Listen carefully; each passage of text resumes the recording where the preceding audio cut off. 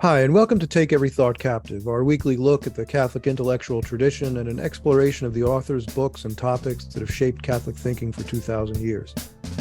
I'm Dr. Richard Bulzacchelli, lecturer in theology at Catholic Studies Academy, in for Jason Gale, and I'm joined this week by Dr. Benjamin Smith, our lecturer in philosophy.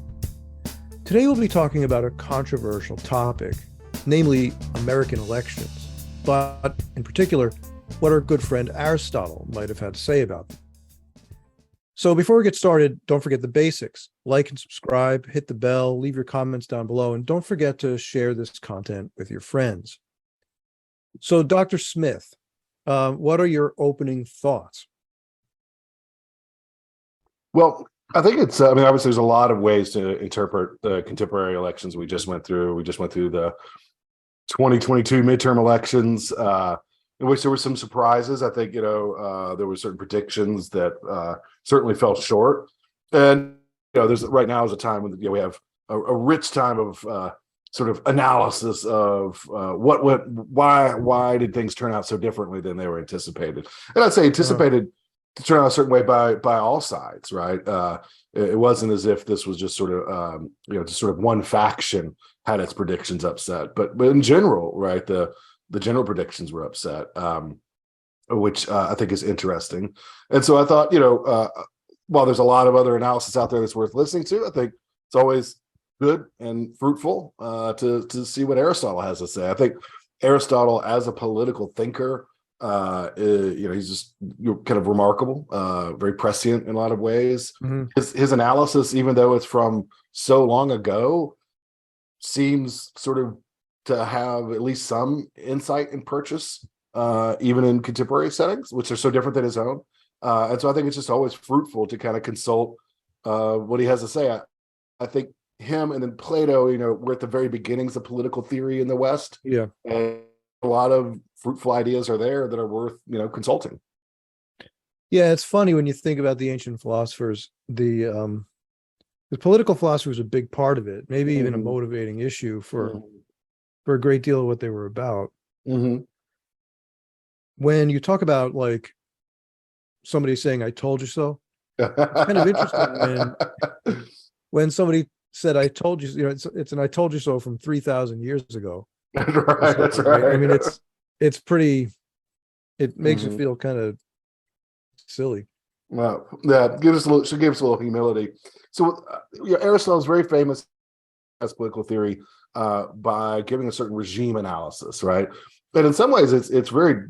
I think there's a normative side to it, but there's also just sort of prescriptive. Like he's just saying, he goes and looks at a bunch of different constitutions he's familiar with and says, well, here's really the possibilities. Now, again, you could argue whether he gets all the possibilities, whatever, that's fine.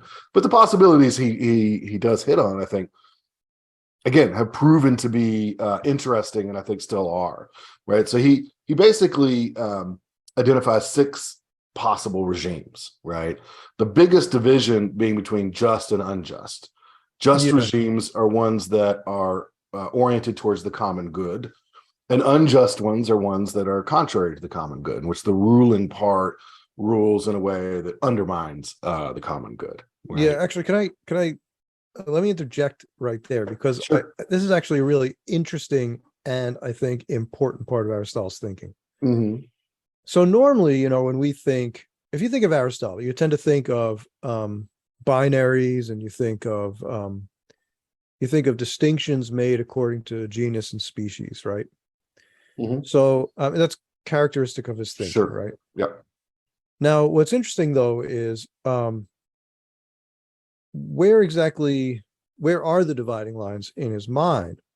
Mm-hmm. Normally, for us today, we tend to think of the general ingredients in the political system as being the distinguishing factors, right? Whether few people rule or many rule or one person rules, that's the distinguishing factor. Right. And then we say, well, it could be a good version or a bad version, but that's not how Aristotle's thinking. No, yeah. I mean, he does bring in that other consideration, right? The one, the many, and the few, but it's subordinate, right, to this higher consideration, right? Which of course goes with his overall teleological perspective, right? He's going to want to define good rule by what it's oriented towards, right? Towards its end, right? Yeah. And that makes it possible then for him to talk about a just monarchy, Yeah. a just rule of one, which would be superior to an unjust rule of many. Right. And again, so here's the thing, right? For us today, particularly in the American situation, and to a great extent, even in Europe, right? The way we tend to think about contemporary secular politics, it's inconceivable to many people Right. that there could be a just rule of one. Mm. That's just an inherently unjust Yeah. form And of even government in the even where minds of that's many. even where that is in reality the case, not maybe just or not just, it's always cloaked in the rhetoric of popular politics, right? That it's really, I'm ruling in the name of the people, or something of that nature, right? Yeah, I think that is an important observation. Nevertheless, Aristotle then does go on to distinguish between a just rule of one, few, or many. Just very briefly, just rule of one is a monarch, right? A king. Again, he's open to a variety of ways of thinking about kingship. It could be hereditary, it could be elected. There's lots of different. There's again, Aristotle's amazingly flexible, like on this when you get to these points. He's open to like the contingencies, and I think that's one of the things that makes him useful over a long period of time, right? Secondly, we could have the rule of a few. So you have some sort of minority faction, but it rules for the common good. And this would be the aristocracy, right? The rule of the aristos, the excellent, the best, right? And the conceit here is that they really are excellent, right? That this isn't just, rhetoric, but for common good, right? And then finally, we have the rule of the many for the common good, which would be the republic, right? Some interesting features about the republic in Aristotle's view. We'll revisit this, but one of the real important features is that, like in a monarchy, an aristocracy, honor takes the first place, right? Is the most important kind of consideration, right? Especially in a monarchy, right? In a republic, freedom takes the leading place as a value. But again, this is going to be an Aristotelian freedom, right? Because it's on the side of the common good. So this is a kind of freedom that's not. It's not libertarianism or something. That's right. It's not libertarianism. It's not license. It's a kind of self-governance, right? Ordering ourselves as a large group, as a whole, towards virtue and the common good. Yeah. So, I mean, I guess you would say that this is sort of similar to what we have in classical liberalism, right? The idea of ordered liberty. Especially the American. It's not anything goes. Yeah. I think so.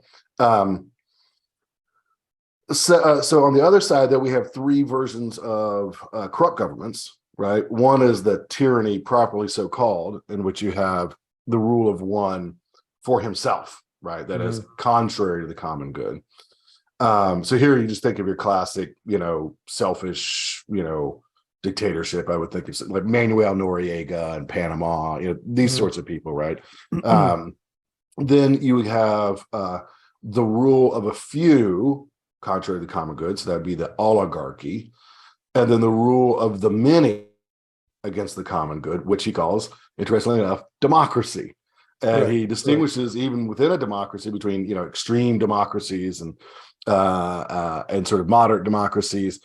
But he sees, and this is, again, something just counterintuitive to us, that it's entirely possible to have the rule of the many and it be vicious and unjust. Yeah.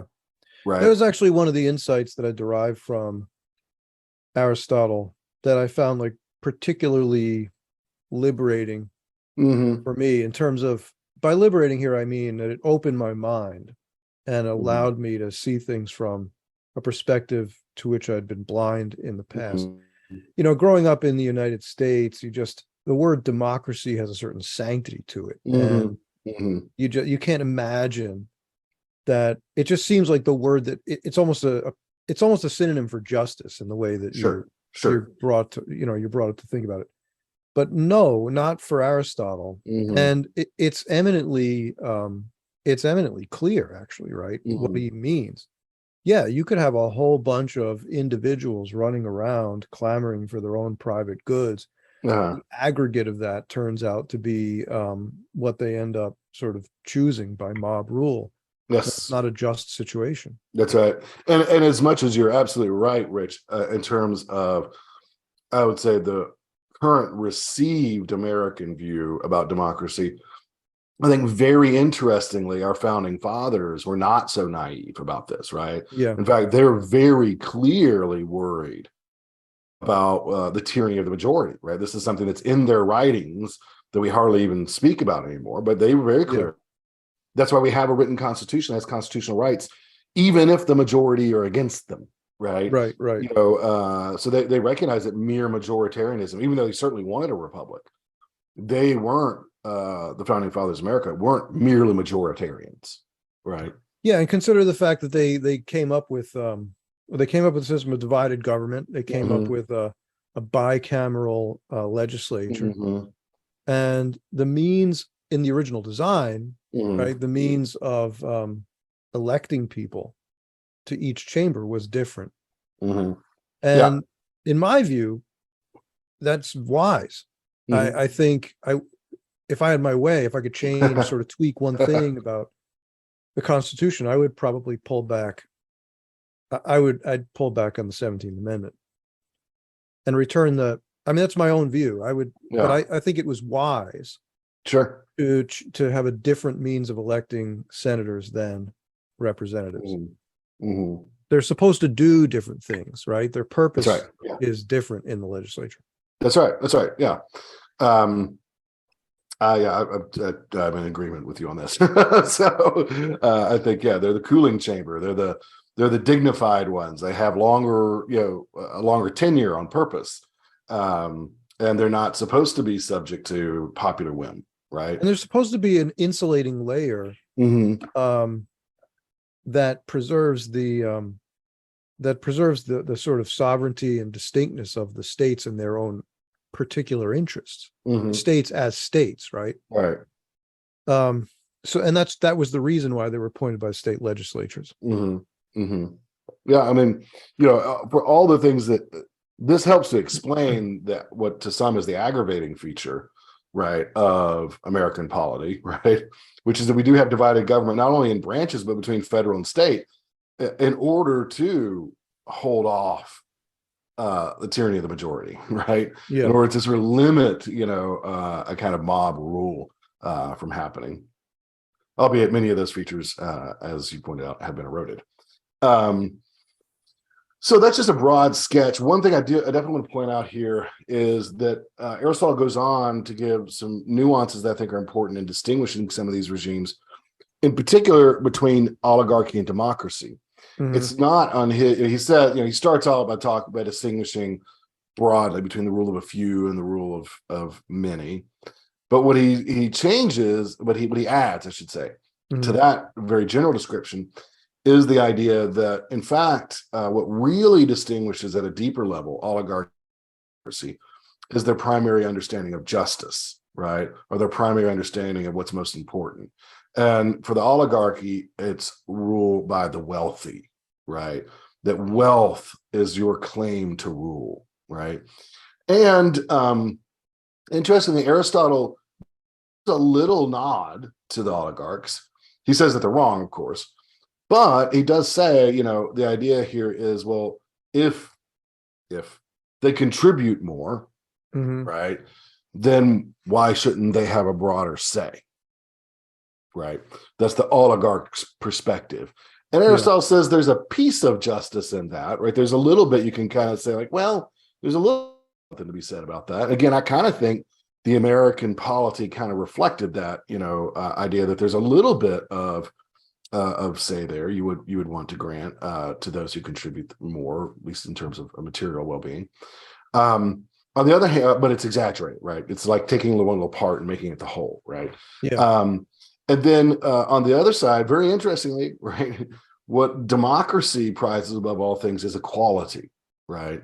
And this is distinct in his mind from the republic, right? So both the republic and the democracy, they're the rule of the many. But what's prized by the republic is virtuous self-governance.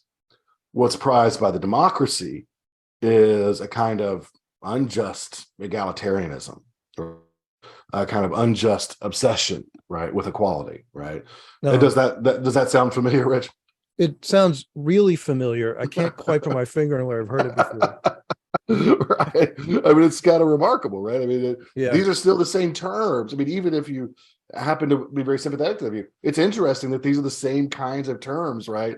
That our own our own political conflicts, the wealthy, like, we whether you're, calling, like, being against the wealthy is a very classical thing to do in modern America. You could be against those corporate capitalist pigs. That's one way to be against the wealthy, right?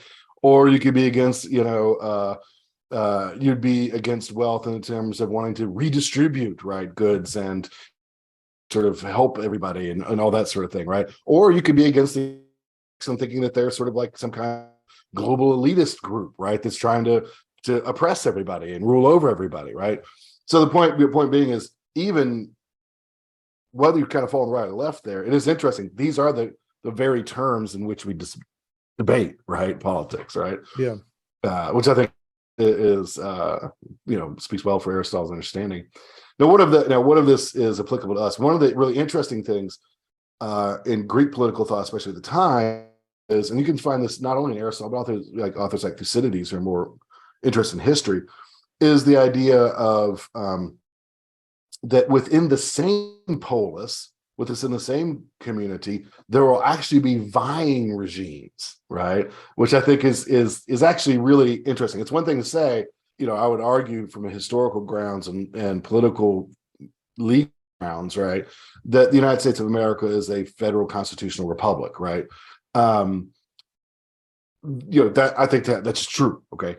But you could say, but as a matter of fact, but de facto, right, we have competing elements within it, right? Mm-hmm. Some of which are more oligarchic, some of which are more democratic, and I would say some are more Republican. Now, one note of caution here: I can't help but use the adjectives Republican and Democratic here, right? Just that's the English language. Those are Aristotle's words, yeah. Those are that's the terminology we have. So that's the terminology I'm going to use. I don't take those to be synonymous with the two parties in our own system, although one could see some maybe consonants there, if you wish. So I think that's, though, fair, right, to say about America and American politics, right? Well, let's just start with the republic part of that, right?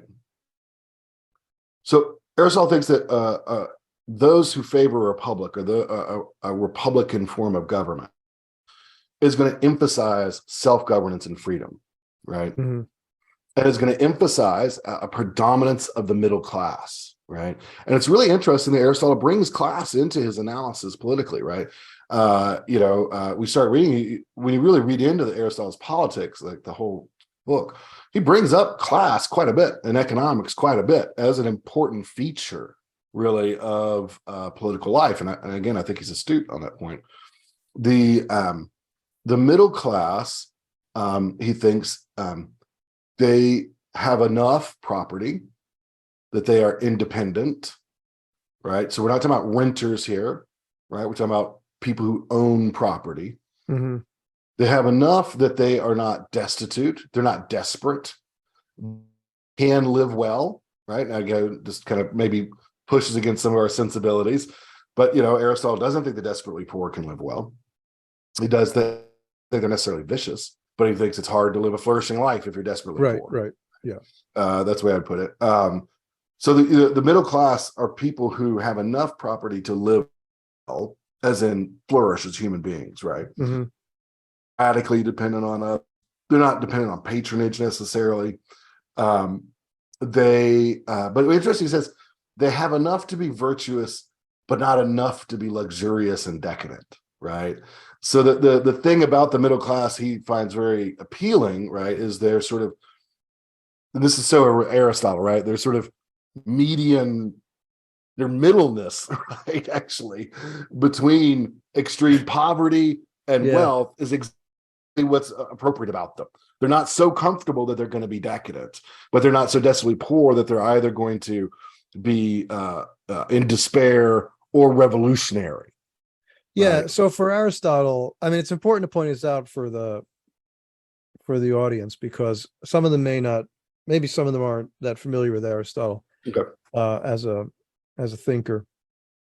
I'm sure many of them are, but you never know. So for Aristotle, right, his idea of virtue revolves around this mean, right? This golden Mm-hmm. mean, neither Mm-hmm. deficiency nor excess. Mm-hmm. And so what you're saying, right, is that the middle class is defined as sort of this virtuous mean. Right. It's actually the ideal sort of place for human beings to exist in terms of their relationship with wealth and comfort. Right. Yeah, it has a confidence. So one thing he says is the middle class is the middle class man is the one most apt to rule or be ruled. Right. Mhm. Like he's both capable, has the education and so forth to rule if he needs to, but he's also not so proud that he can't be ruled. Right. Which is kind of something he kind of pushes up on the very wealthy, right? Now, it's not necessarily the case with all the wealthy, but he does see that as a real problem, right? Is that they have kind of arrogance that makes them unstable for the state, and a kind of contempt for the classes that are not there, right? And that undermines the fellow feeling that he sees as an important part of the political community, right? And I actually think in our recent politics, Rich, that feeling of the well-offs having contempt for everyone else, that matters. Like that's been something that's active, and it's hard to deny that it's a real thing. It's hard to deny it's a real thing. And I think it's interesting. I think Aristotle, the psychological fact of fellow feeling is a very important part of the polis in his view, right? If you got to at least have the view that those above me are not against me.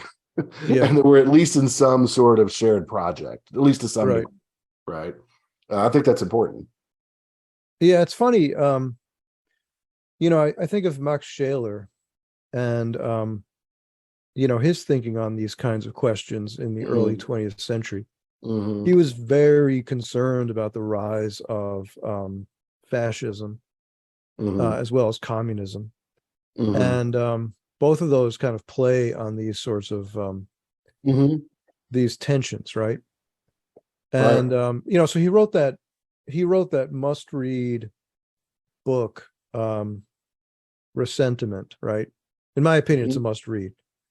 If you want to understand politics from the 20th century to now, it seems to me you've got to get that. It's very lovely also when you pair it with genealogy morals. Yeah, genealogy morals, right? Yeah, because they both talk about resentment, but they have different views of it, right? Yeah, and actually, and Scheler is critiquing actually Nietzsche's Nietzsche's diagnosis of the problem as well. But so, I mean, again, for our audience, what is resentment? It's not resentment, right? It's not the same thing as that. It's literally changing your sentiments, right? Changing the way you feel about things. And it's kind of, I guess I might describe it as it's sort of a sour grapes kind of thing. Maybe reverse snobbery, right? Yeah, so I like to call it displaced self. I'm sorry, what did you say? That's kind of a Nietzschean version of displaced self-loathing. Yeah, displaced self-loathing. Yeah, so it's kind of X there, right? It's like the guy who decides that he doesn't like craft beer because he associates craft beer with the uppity types, right? So he just contents himself with with his ordinary everyday beer, and convinces himself that that's what's really good. Right. Yeah. Yeah. I think that's fair. So I think in the American scene, Rich, when you look at these things, right? I think we do have, I mean, it's clear, right? You just have to listen to the rhetoric of political debates, right? There is a Republican faction, right? That is a faction that believes in and wants to promote self-governance, freedom, Mm-hmm. and the household, right? That is this kind of middle position, right? A middle class position of sort of moderate prosperity, where the most important thing we tend to not, we talk about family as something only romantic or only sentimental. Mm-hmm. And Aristotle, of course, would recognize there is affection within a family that's very important. There's kind of piety that's attached to family. But like most of history, really it's not until the 20th century that we cease to think of the family as an economic unit, right? Yeah. He thinks of it as an economic unit. And it's the economic unit, even contemporary economists will grant this. One of the most powerful engines of being in the middle class is being part of an intact household. An intact household is a powerful economic unit for achieving a moderate prosperity. Right. And And the kind of dissolution of such independence. a household is, it tends to Yes, lead to the loss of that. that's right. Unless you're on the very wealthy side, Uh-huh. right? It doesn't matter Then as you could much, afford right? it. Then you could afford it. That's right. You can afford it. And one of the things that's interesting, a number of thinkers have brought up recently, is that the wealthy can afford decadence in a way that the middle and lower classes can't, right? They can Yeah. indulge and it just doesn't matter as much, right? Oh, I have to pay off, okay, so I have to, it's expensive for me to get out of this marriage, but I still have so much money, it doesn't really matter, Yeah. right? Uh-huh.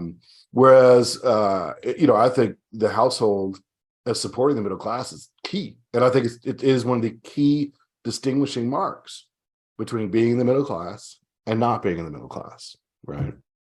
So I think Aristotle's right about that. And I think he's right about that in America, right?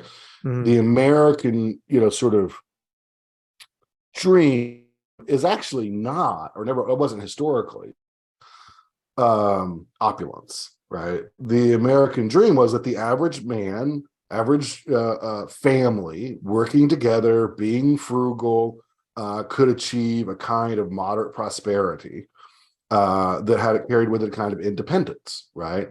And I think that we see that faction strongly in America, right? I mean, I think Mm-hmm.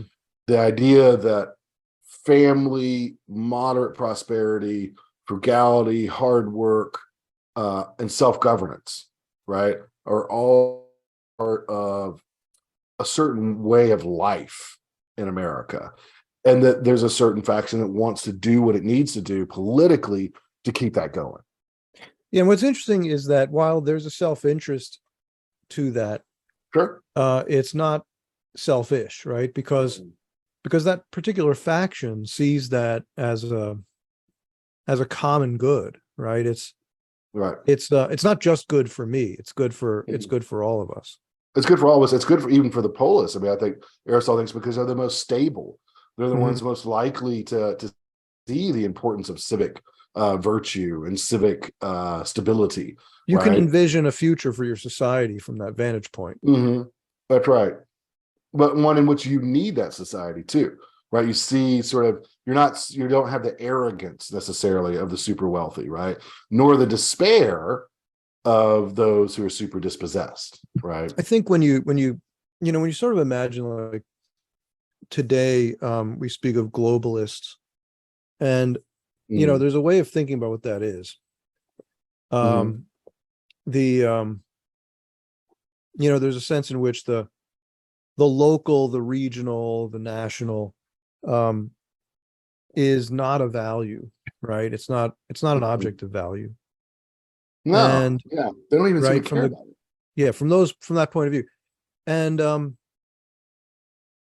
And I remember, I forgot where I read this, who said it, but I remember reading someone had described a certain kind of person as someone who could live anywhere, right? The Mhm. cosmopolitan, right? He could live Right, anywhere. right. He's just as at home in Paris as he is in Hmm. New York, Right. as he is in Istanbul, right? But Hmm. it doesn't matter. None of that matters to him. He's got the money Hmm. and Hmm. he's just used to being wherever he wants to be. But there's another class of people who live in a place, right? They Right. live here in this Mhm. town, right? They Right. associate very strongly with where they were raised or Mhm. where they've lived for many, many years, where they've raised their Mhm. families, Mhm. where they work, where they have the Mhm. ability to support themselves because they have a job.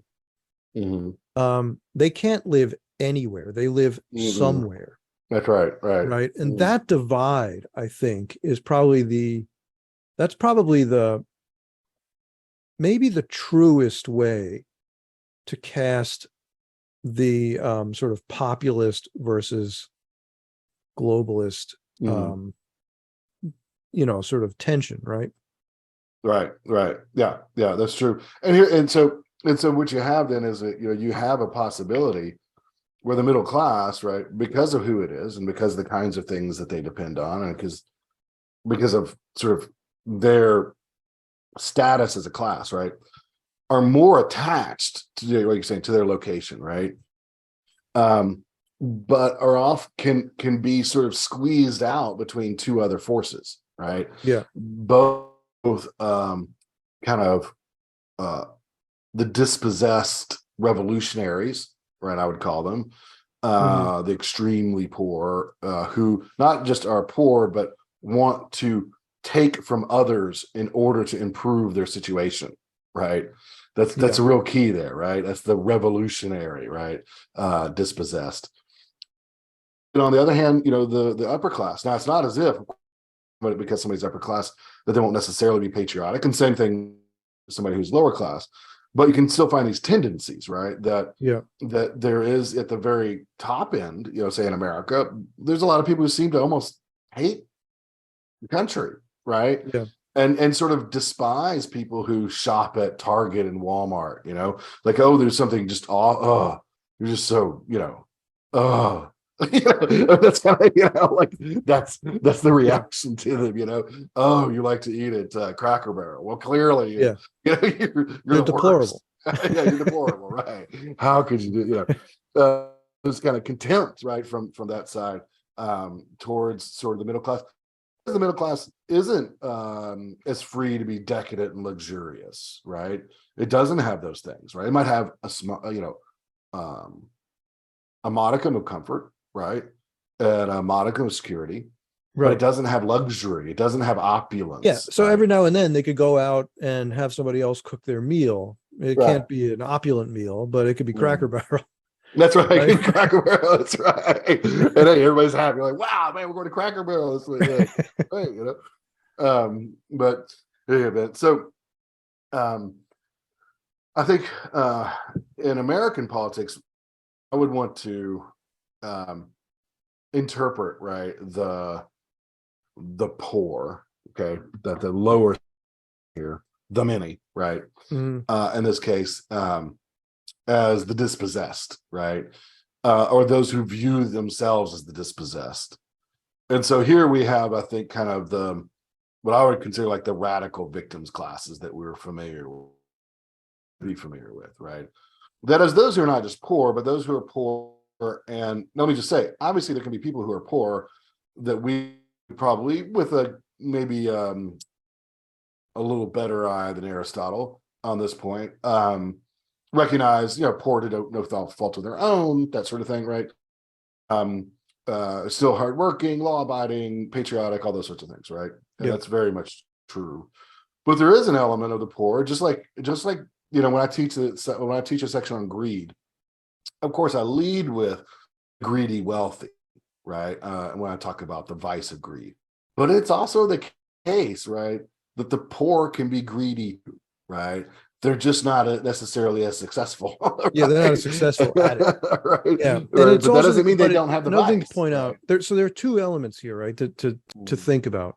Now, I know this is going to sound it sounds very judgmental to contemporary listeners, but understanding Aristotle's point, right? Um, there are two issues. Number one, certain behaviors will tend towards certain results in our lives. mm, So middle class people who behave with a certain degree of vice will tend to fall from the middle class. mhm, Um, the other thing is that your circumstances do here actually Aristotle and Marx have a certain thing in common. It's not identical, Yeah. but Yeah, your I think circumstances will influence the extent to which you can achieve certain goals, even regarding sure. your own Mm, personal formation, right? mhm. So you deprived of certain opportunities and resources, you can't Right. educate yourself as well as you might otherwise be educated. You Sure. can't, I think that's right? yeah. Yep. So so that's kind of that's kind of what's at work, I guess, in the dynamic there. So Yeah. yeah, it's And I true. think There are poor people who nonetheless, right, overcome, they don't seem to overcome their Mhm. poverty, but they do overcome all these other obstacles and yet become excellent people, Sure. Sure. right? That's Yeah. true. That can happen. Yeah. But the deck Mhm. is sort of stacked Against against them. you. Yeah. Sure. Sure. I think that's the case. And I think what's most important about this, the negative group, from Aristotle's perspective here, is that they have the dispossession with the desire to take from others, right? And to overstep others, right? Mhm. You can think about this here as not just poor, but the poor who are, again, radical in the sense of we want to take from those who have more in order to address our situation, right? To better our situation. And I Yeah. think in our own time, we need to expand this in a way maybe Aristotle could have possibly imagined, right? To include the kinds of liberation movements, right? That neo-Marxism has introduced into our polity, right? So that we have, for a lot of feminists, right? The most important issue is abortion because being pregnant against your desire makes it unequal, right?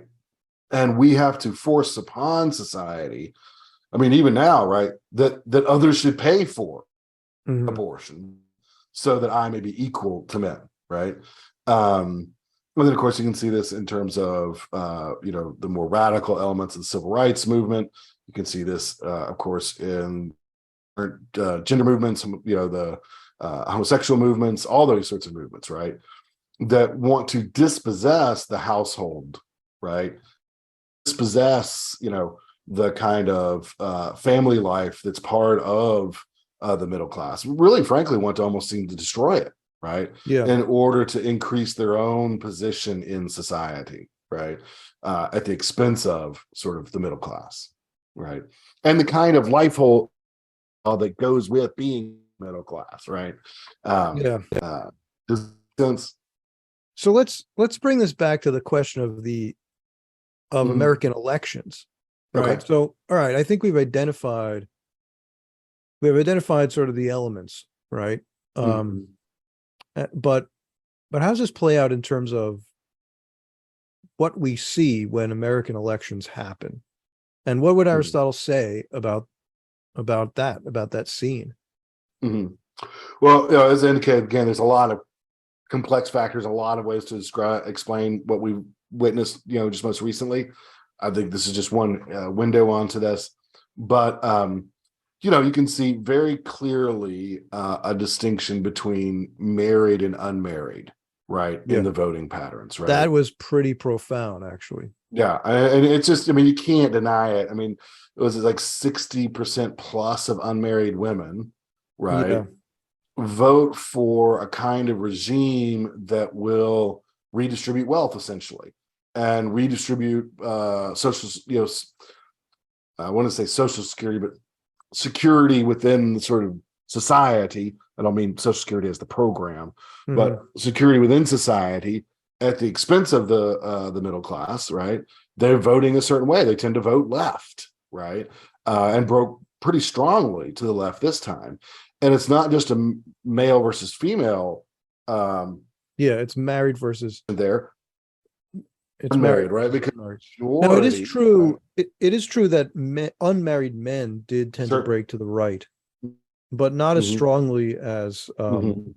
as the married.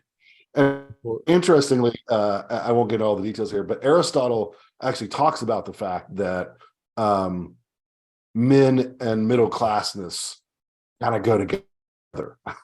I won't get into all the reasons why, but he wouldn't have been surprised. It would have been like, of course, right? He says among the wealthy, the person who's in charge of the family is whoever has the most wealth, right? That's all that matters, really, right? But it tends to be different in the middle class, in which the household, right, is the main unit, and the sort of functions of the household. But I would see that, pretty clearly, right, is the married versus unmarried, and even married men and unmarried men, right? There's a division. It's not as sharp, obviously, as between married women and unmarried women, right? So that's kind of workable, I think, in itself. The other is that, racial minorities in the United States still, see themselves as, a victim group to a pretty strong degree. I think this last election, African Americans were like over 80% voting for the left.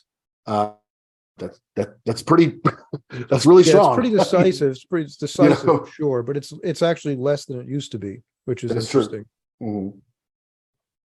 I think in part because of gains made among men. And that's true. Latino men and Black men tend to be not as left as Latino women or African American women. But those are two areas in particular. The other has to do with immigration in early snap. Again, it's fascinating that Aristotle thought about immigration as an important political issue. Like, you're like, how this guy, but really, like, immigration was a big deal in Athenian politics, and even amnesty was. Actually, explain politics, that a little bit, because that's, from a historical perspective, that's hard to understand, I think, because from our perspective, we've got systems of immigration. There's a way of becoming a citizen. Sure. How did this happen in the ancient world? What was going on? Yeah, it's a lot more fluid, obviously, in the ancient world, but they do have a strict sense of franchise and citizenship franchise. And being a citizen in a republic like Athens, right? So Athens is a republic. It's not even an aristocracy like, say, Sparta, or a monarchy like, say, Crete. It's a public. Citizenship is jealously guarded, right? As a right, right, that gives your family, right, standing, right, within the polis. And they even Aristotle even talks about the economic factors of it, right? That is that the higher the rate of immigration, the more the middle class will be impoverished. And that plays out, at least in the level of rhetoric, whether you believe that's true or not. In the level of rhetoric, it certainly plays out, right? I think in America, middle class, a lot of the middle class, as you say, and this includes skilled labor, are threatened by people coming in who can be paid a lower wage, right? And it sort of has the effect of lowering, right, the price of labor, to put in economic terms. But and the other part of this too is that, and this is a sensitive issue, but is a sense of unity, right? That is that, the Athenian Greek city-states valued their customs and their traditions and their, even the republics, right? And felt that there was an undermining of fellow feeling, right? If there was an excess. Now, Aristotle was a moderate. Again, he wasn't against immigration himself, but he did recognize it as something that has to be thought about very carefully, right? In terms of your polis. Right now, we don't seem to be thinking about it very carefully at all. It's just like, just whatever. He wasn't xenophobic. In fact, the term xenophobic comes from ancient Greece, right? That there are extremes, like, of no immigration, right? And Aristotle wasn't for that. He actually thought some mix of the foreign was good within a polis, but that it still needed to have a weight of unity to it. Right. So, I mean, sort of imagine if you have a glass and it's half full, and you want to fill it, like, there's room, so you want to fill it more. Well, you could drizzle liquid into it, and it remains Sure. very stable as you pour. Or Yeah. you could just Yeah. blast the faucet, right? And Mhm. you end up splashing everything everywhere, right? And That's right. Yeah. it's a huge mess. As an That analogy, sounds, yeah. As an right? As analogy. an Yeah. analogy, that's what happens when there's Mhm. too much too fast. Mhm. Mhm. Yeah.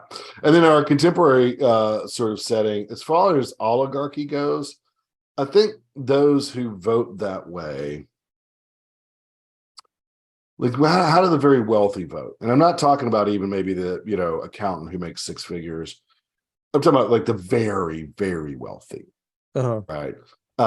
What is their influence? And it certainly seems to not be in favor of the household. It certainly seems to not be in favor of the middle class, insofar as the household and the middle class are, if not synonymous, highly associated. Yeah. It's certain, and I would say that on empirical grounds, It's not namely in that favor when of custom and tradition either. that's right, yeah, like if you look at our elite institutions run by the wealthiest people in America, they seem to be antithetical. Hmm. I mean, that just seems to me evident from various policies adopted, right? Hmm. And various causes that have been espoused. Now, whether or not they're actually on the side of the radically dispossessed, that's another matter, right? But one issue I do think that was interesting, right, is that I think pro-abortion women came out in this election more strongly, right, than anticipated, right? Hmm. And I think Aristotle, if he had known about all this, kind of thought it all through, I think, and thought about it in the categories I've talked about. If you think about feminism as being the view that women are radically dispossessed and need to grab back power from men, right? And part of that is abortion, then it kind of makes sense, right? That in the name of women's equality, there would be this strong push, right, against, right, the overturning of Roe versus Wade.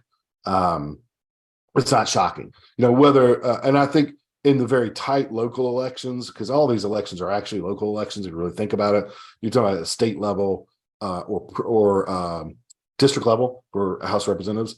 Where these are very tight, and they tend to be very tight races these days, that kind of energy can sway, the vote, right? Because it just gets a Hmm. little bit more of your people out than maybe would have been otherwise. Does that make sense? Yeah. So it looks to me that these days, No. um, middle class is most strongly aligned to sort of the Republican Mhm. Party, while the two poles of the very poor and the very wealthy Mhm. tend to be aligned with the Mhm. Democratic Party, right? And I guess what I'm wondering is what coincidence of interests do the very, very wealthy and the very, very poor share? That's an interesting question. Um, what I'm going to say here is very speculative, right? Uh, Because I don't have insight into the particular motivations of these very wealthy people, although I yeah. can make Mhm. maybe guesses. Okay. But from a classicist point of view, right? One thing that presents itself to you, right, is the picture of the Tyrannos, right, in ancient Mhm. Greece, right. Right. Now, interestingly, Yeah. the original meaning, Uh, right, of tyrant is a leader who's for the people. right, right. Isn't that fascinating? Yeah. I Uh-huh. mean, it's just fascinating, right? That is the and that is for this mob of people. So this would happen in ancient Greek city states. We miss this sometimes, right? I mean, you just need to read Thucydides. I mean, these places could be very violent, Uh-huh. right? I mean, we think about political violence now. We ain't got nothing on ancient world Uh-huh. political violence, even within cities, right? Um, there would be times, this happened in ancient Athens, this happened in Crete, this happened like all sorts of different places, Corinth, where a faction within would overthrow the other faction and murder everybody. Right? Okay. Right. I mean, we're talking about real large scale violence here, right? And typically there was this idea of the middle and the aristocracy kind of having most of the power in this kind of distributed way, right? So there was no like monarch, right? But there was kind of we'll say an establishment that was an aristocracy, or just say some wealthy leading families, and then some broad middle class. And then they have too much to the many. And one person from that aristocracy would come out and become the champion, right, of the many, and overthrow the basically he would Constitution. amass a populist army or something. That's right. Yeah. Right. And overthrow. I mean, this is why Julius Caesar was killed. I mean, like the Roman senators who killed him. I'm not necessarily saying it's right, not necessarily saying it's wrong, just saying these are the terms of the debate, right? Is he saw himself, and a lot of his supporters saw themselves as liberators. Like, I'm getting rid of this old constitution, too curmudgeonly, and admittedly there was a lot of senatorial corruption and things that were problematic. And the senators saw them as overthrowing the ancient constitution of Rome, right? And so, they took the knives to him. But the tyrannos, right, was originally like the powerful man for the people, right, who would overthrow them. All that said is, it does seem to me plausible that the convergence here is that an aggrieved, victimized group, if you are their liberator, that gives you power. And it's weird to think, but there are people in the world and in life, and I think, again, ancient philosophers and political theorists are very good on this, because sometimes we just get way too fancy about all this. There just are people who like power. They just want power because they want power. And it's not because they have weird beliefs. It's just because that's the way they are. They want to dominate other people. And that is very, very strange, because you think you already have billions of dollars. How much more power do you need? Those guys got there by thinking there was never enough. That's what Aristotle would say, I think. Yeah. That's what Cicero would say. That's what Plato would say about them, right? The reason you got to that point, unless you're just blessed, right, or unless you're just, the stars aligned or something, the majority of the time you got to that place is because you didn't think there was enough. Right. And that's that pleonexia and and your unbridled ambition, right? Which in the ancient world was understood to be a vice. To be a vice and a reality. Right. Vice, and it's a reality politics. And that's again why, like in Rome, it's so funny reading the history of Republican Rome, right? They were so worried about monarchical aspiration. Anybody. I mean, the Roman Republic lasted hundreds of years, right? It lasted a long time. But man, they could reach the monarch over there. But anybody who had any monarchical pretensions in their place, they went after them. So would Aristotle be happy with American elections? Would he roll his eyes? I don't think so. I think he would see us in a real problematic situation. I think he would see my own Aristotelian critique of the United States, and a mutual friend of ours, we're talking about this a couple of weeks ago, who was a student a long time ago of mine, but America's too big. It's too big, it's too diverse to be governed as if it were one political unit, right? Yeah, it's a whole discussion by itself, but just two things on that, though.